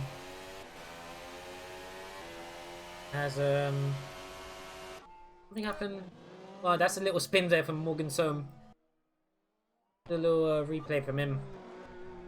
Not really mad. Not really had the best of races, Morgan Soam. I think he had I think he avoided all the carnage from early on in the race. He did get all those positions, but he almost spins into the wall there, almost losing his front wing. Unfortunate for that. We go back to live. We'll go back to the battle between these two. Sam Carpenter, Scott Davison. Very much the source of entertainment these two have been over the past couple of races, and fair play to them. They've not given each other an inch, even though Sam Carpenter there looking a bit nervous there. Just a hit of a smidgen of oversteer. Had to correct that. Scott Davison has that sight ahead of him, must be thinking, is he getting a bit nervous? Is this my chance? He's got 3 laps to do something.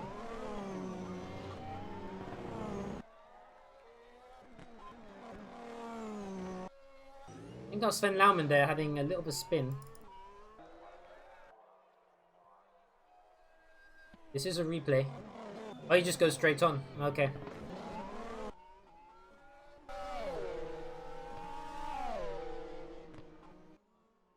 Back to this battle, and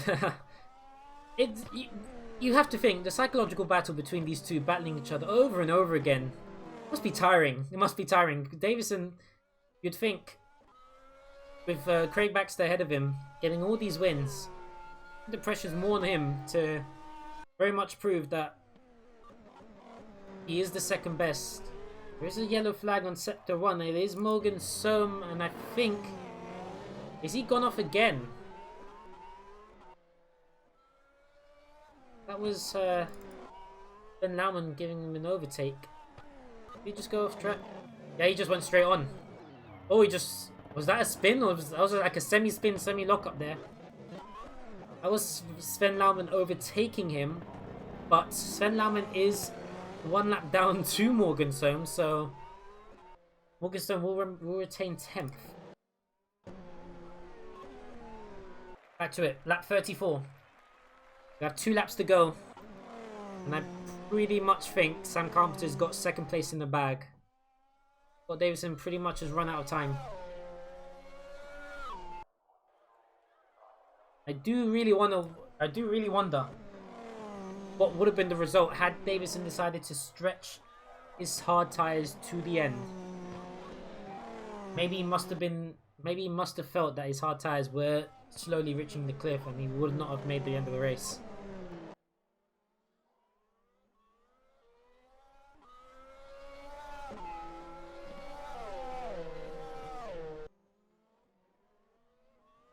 The battle that is developing is Alfie Lawrenson chasing his teammate James Costello. James Costello, who has managed to stretch this to a one-stop race.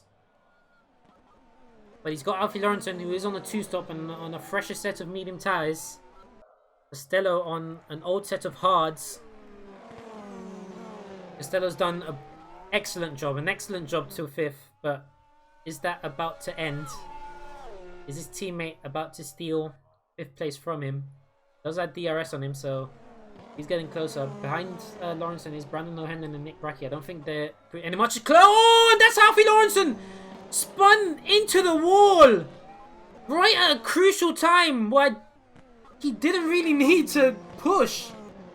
I don't know if he has any damage from that. I hope he doesn't, but that's his chance of maybe taking 5th place gone. And then Brandon behind him must be thinking, am I going to get gifted 6th place here? It doesn't seem to be hindering Lawrenson's race so much. But we are going into the last lap of the race. Craig Baxter still ahead, and he's got a comfortable gap. He's pretty much been mistake-free, incident-free. 10-second gap compared to Sam Carpenter ahead, and Scott Davison has been slowly closing the gap, and they both had a little smidge of oversteer. I don't know if they both hit the had a tap on the wall, but this gap is closed right down. So I really ate my words that maybe, just maybe, Scott Davison had lost this battle here, but it's still not over yet. I think the gap is within a second, so if Scott Davison does get a DRS, he might just make the move right going into the finish line. But it is Craig Baxter coming through. Does get past Max Shepard there. And is that the finish line? Or is that... Oh, this is the last... I apologize. No, this is the last lap. This is the last lap. Right here. Okay, so I thought the previous lap was the last lap. I apologize for that. This is the last lap. And Scott Davison, you see he has DRS. He is really on his tail now. And this is the opportunity. But he's had a little overstay. Are their tyres starting to fall off? Are these soft... Have they pushed so much that their tyres have really hit the cliff here? It might be the case. But Scott Davison has to make the move now. He has to do it now with DRS. He's right on his tail. He will have the long straight to make that move. These two, man, they can't get enough of each other. They've been battling all race. Who would have thought that this would have been the battle once again between these two? Sam Carpenter, considering he started from the back of the grid. Amazing, amazing from him. But very much right in this last couple corners, they need to keep everything on tack. Don't push too hard considering they're tight. Look at them both pushing it to the limit. Both of these guys have their tires right on the cliff. Surely these last couple corners, Scott Davison will have DRS, and this is the last chance. I think there was an incident with Morgan Sermon and Sven Laumann, but it is Craig Baxter coming across the finish line. He will take win number 4 out of 4 in Baku. Just a perfect race for him. We will go back. Sir, Scott Davison right on the side of him. They did make contact. And the right turn. Does he make the move? Yes, he does. Who crossed the line first? Scott Davison makes the move. He gets the move done for second place. Sam Carpenter must be... He must be gutted. Absolutely gutted. And I did say it would take one more lap. But Sam Carpenter just gets past right at the ends. You can remember Valtteri Bottas getting right past Lance Stroll in the 2017 race. That was a spectacular race as well. This is an equally spectacular race. What a finish from those two. very much. Max Lister will come across in 4th place. Again, very much stretching to a 1-stop and getting a very decent amount of points. Impressive from him. Very impressive from Max Lister. His dad in the chat will be proud of him. James Costello and Alfie Lawrenson side by side. Who's James Costello ahead? Alfie Lawrenson, will he get past as well? And again on the finish line, Alfie Lawrenson gets past James Costello. Right on the line. We have 2 drivers losing position. Brandon O'Hanlon comes on in 7th. Nick Brackey in 8th. And he almost crashes there. And there's Brandon doing a little 360 there. Max Shepard comes home in 9th. And Morgan Sohm takes the final points position in 10th. Wow, what a finish. That is a spectacular finish from both Sam Carpenter and Scott Davidson. Scott Davidson getting past Sam Carpenter right on the line there. And Craig Baxter there doing his donuts. His customary post-race donuts there from him. But not only that, the 2 Team Tepper cars again having a battle right on the finish line. I thought Lawrenson, when he had that little incident going into the wall there, that might have been in the end of it. But no, he didn't seem to get any damage from that. Very spectacular there. And he manages to take 5th place from James Costello. Got it there for Mikosi, but it's been a spectacular race from him. 6th place, he can't be disappointed with that, considering he managed to stretch to a 1-stop and he started from near the back. Similar to Sam Carpenter there. From the back of the grid, he manages to get a podium race. He can't be disappointed with that. Very much. He very much must be happy with that.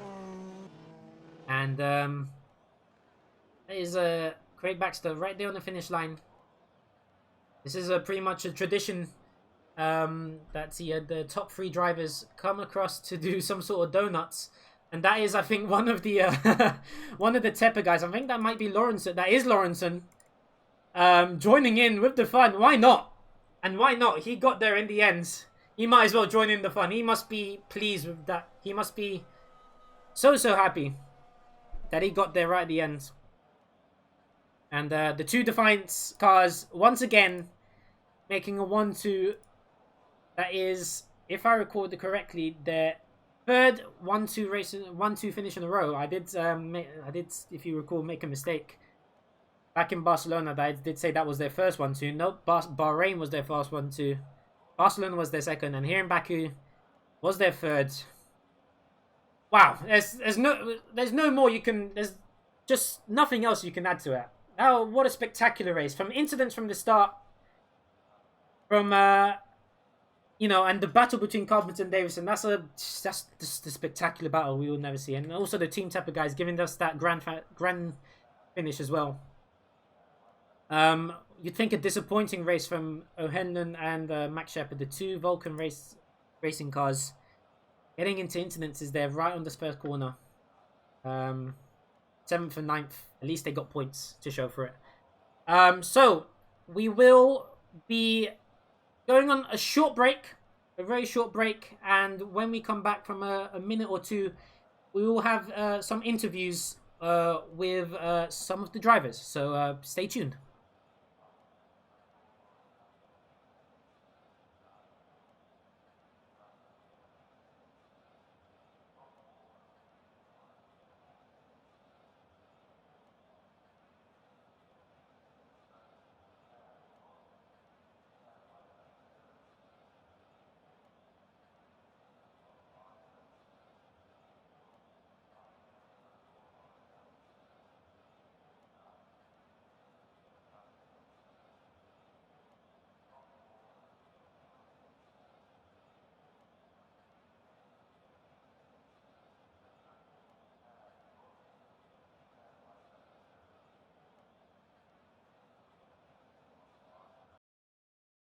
All right, welcome back, guys. I hope you all have a breather from that pretty much spectacular race. I'm pretty sure I'm out of breath.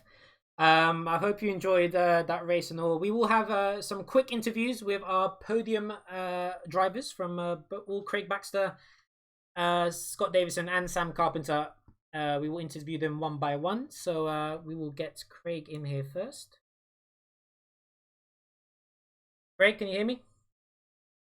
Yep. Okay. Wow. Pretty much spectacular race. It was pretty much incident free for you. You pretty much got away from that in turn one. Pretty much lights the flag victory for you. How was it?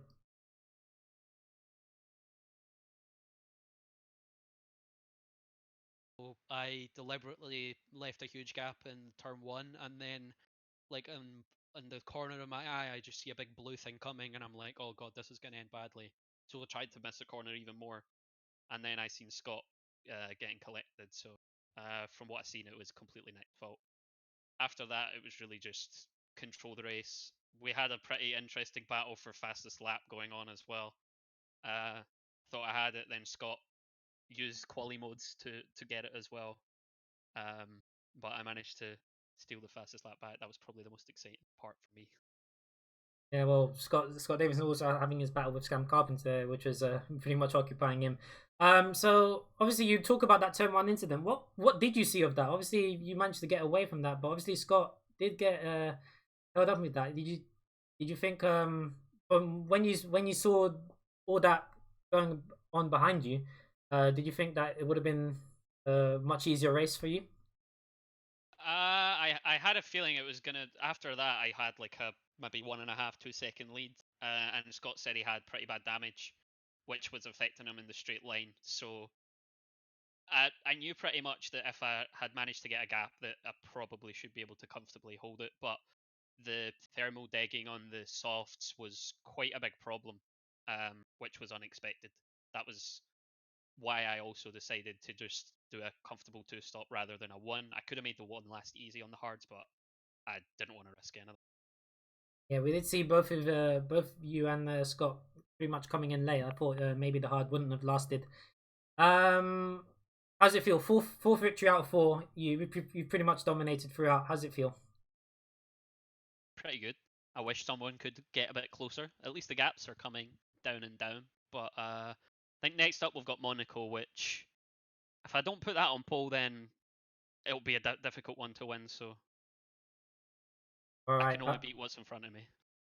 all right, Craig. All right, thank you very much. I'll drag you back there, and thank you very much for talking with us. Cheers. Next, we will have Scott Davidson. Scott, my man. Wow. I can definitely say from commentating and from spectating that that was one hell of a race. That must have been pretty much from that turn one incident. Please, if you'll explain that turn one incident, what really happened between you and Nick? I have no idea, quite honestly. I got an average start, and I outbraked myself, and I very nearly hit Craig, and then all of a sudden I see like a blue dot in my mirror, and then all of a sudden I'm facing the wrong way. But I haven't watched it. But Nick did apologize in voice chat and said that he just messed up. So I'm presuming that he just yeah. But so that gave me a lot of damage and definitely didn't help my cause against Sam, but got there in the end. Yeah, I was gonna come across. You didn't seem to. You seem to come away from that the better of the two. Obviously, maybe you did say you did have damage. Was that affecting your subsequent battles with Sam, and how much did that affect, for example, tire wear, your tire strategies? Honestly, it didn't affect tire wear or balance all that much. It did a little bit, but not much. But what it did affect was my straight line speed. So there's at times, even with DRS, where Sam was the same speed as me, if not a little bit faster. So so I was very lucky that I got him on the last lap. But yeah, it wasn't so bad. Luckily, Sam struggled with his tires as well in the first stint, especially.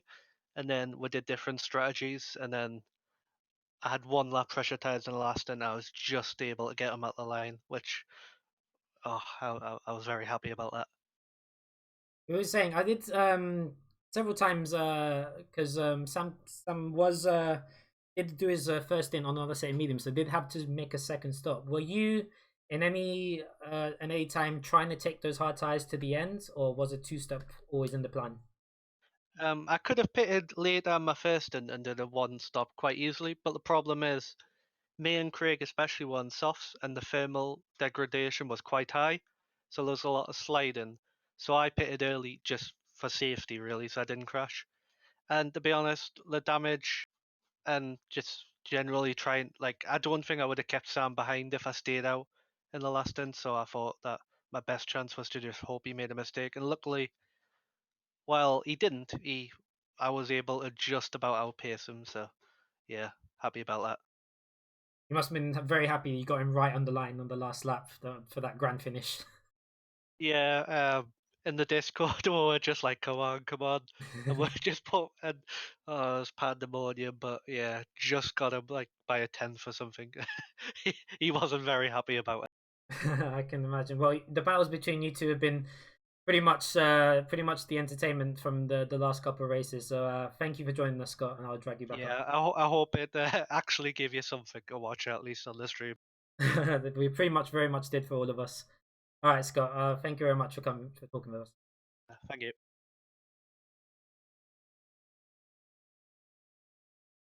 Sam. Oh. I can tell you from even commentating, but even as a spectator, that was one hell of a race that you had. Let's talk about the start, because obviously you were back of the grid.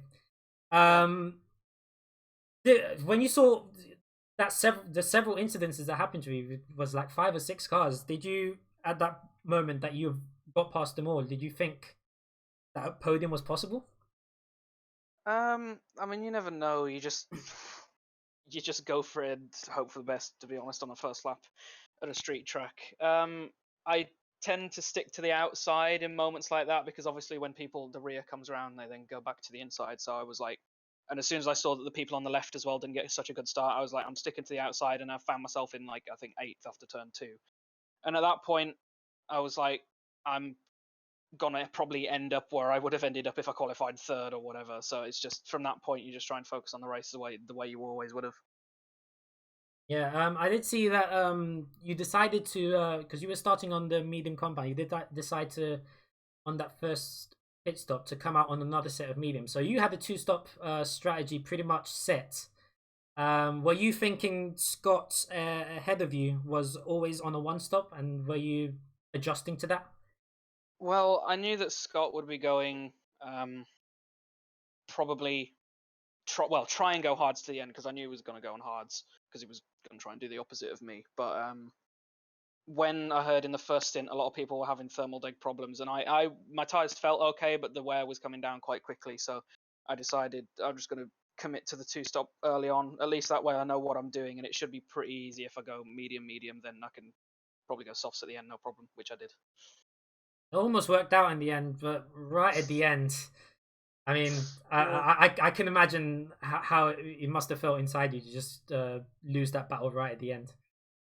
I mean, I've done it to people before, and I know how good it feels. I've won a race doing that at the line before at Australia, and now I know how it feels for it to be the other way around. But yeah, there was a moment, I think, coming out of the castle where we both had sort of oversteer moments, and Scott's was a little bit bigger, so I was like, just got to keep it together for this last sector, and I did. But he had a really good last sector, and as soon as he came out of the last the corner before the last proper corner, I think that's when he deployed his qualifying boost, and he'd used it a lot more throughout the race than me at that point. So I was like, surely you can't use it for this entire final sector, or he'll explode. His engine will go boom. So I was like, after the 2 kinks leading onto the straight, I turned my quali boost on, but he'd already got an overspeed at that point, and he just inched ahead by like 1 kilometer an hour faster than me, and it was agonizing in the end. But yeah, I think I underestimated how much you can use the quali boost. So in the end, I mean, it'll be another year, another season until we do Baku. But yeah, in the end, if I'm battling someone and I'm ahead, I'm just going to deploy quality boosts at the final corner. Yeah, well, even with that, heartbreaking losing the 2nd place to the line, even starting from the back of the grid, you still must be pleased with podium. Yeah, and I'm going to try and do as well again at Monaco. I'm going to be qualifying. Obviously I can't get a back of grid for Monaco because I didn't qualify here, so just going to hope to get a good grid spot there and then basically stay there the whole race. All right, well, thank you very much, Sam. You gave us pretty much great entertainment throughout the race, so thank you very much for that. I could provide. All right, that is the interviews for those three done. Thoughts throughout. That is as you can see, it was a hard race for those three, as I can imagine for the rest of the grid. I can see Cozzy in the chat saying, "Holy crap, Scott and Sad did the same." Yep, you also had a heartbreaking loss of position on the line. Unfortunate for you, Cozzy. But as you can see, it does happen. It does happen with Baku having a very long straight to the finish line. That does tend to happen. But I really hope this race was just as entertaining for you guys to watch as it was for me to commentate over. I've had a blast to do it. So next week, I'm pretty much think it will be Monaco, as the guys have said. So I hope to join you guys then. I'm pretty sure Curtis will be back. But in the meantime, from me, this has been the AF Nino. See you guys later.